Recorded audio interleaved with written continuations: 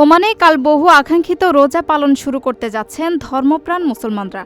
সেই লক্ষ্যে আজ দেশটির বিভিন্ন মসজিদে এশার নামাজের পর তারাবি নামাজের প্রস্তুতি শুরু হয়েছে। চলতি বছর রমজান মাস শুরুর ঘোষণার ক্ষেত্রে চাঁদ দেখার জন্য অপেক্ষা করেনি ওমান। এবারে চাঁদ দেখার পরিবর্তে জ্যোতির্বিজ্ঞানিক গণনার ভিত্তিতেই বৃহস্পতিবার পবিত্র রমজানের প্রথম দিন নির্ধারণ করা হয়। ওমানের ধর্ম ও ওয়াকফ মন্ত্রণালয়ের জ্যোতির্বিজ্ঞান বিভাগের পরিচালক ইউসুফ বিন হামাদ আল রাহবি সংবাদ মাধ্যমকে বিষয়টি নিশ্চিত করেন।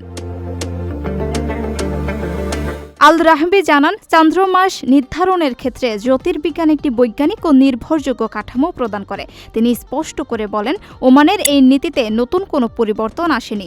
যখন বৈজ্ঞানিক বা ভৌগোলিক কারণে চাঁদ দেখা অসম্ভব হয়ে পড়ে, যেমনটি বর্তমান পরিস্থিতিতে ঘটেছে, তখন ওমান জ্যোতির্বিজ্ঞানের উপর নির্ভর করে।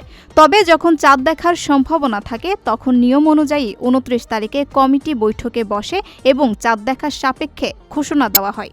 কেবল যখন চাঁদ দেখা একেবারেই অসম্ভব, তখনই আগাম ঘোষণা দেওয়া হয়। তিনি উল্লেখ করেন, গত প্রায় ১৩ বছর ধরে ওমান এই পদ্ধতি অনুসরণ করে আসছে। মূলত ওমান সরকার আগে থেকেই পরিকল্পনা করে রাখে যে চাঁদ দেখার সম্ভাবনা আছে কিনা। যদি গণনা অনুযায়ী দেখা অসম্ভব হয়, তবে মাস ৩০ দিনে পূর্ণ করা হয় এবং পর্যবেক্ষণের জন্য দল পাঠানো হয় না। আর যদি সম্ভাবনা থাকে, তবে নির্ধারিত পয়েন্টগুলোতে টেলিস্কোপ ও প্রয়োজনীয় যন্ত্রপাতি সহ পর্যবেক্ষণ দল পাঠানো হয় এবং ২৯ তারিখে কমিটি বৈঠকের মাধ্যমে চূড়ান্ত সিদ্ধান্ত নেওয়া হয়।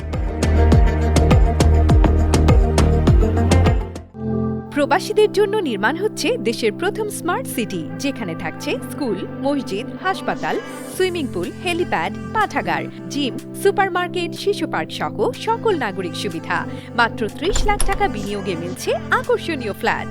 প্লাটিনাম ইনভেস্টরদের জন্য ঢাকা বিমানবন্দরে ভিআইপি প্রোটোকল সুবিধা। বিস্তারিত জানতে যোগাযোগ করুন স্ক্রিনে দেয়া হোয়াটসঅ্যাপ অথবা ইমো নাম্বারে।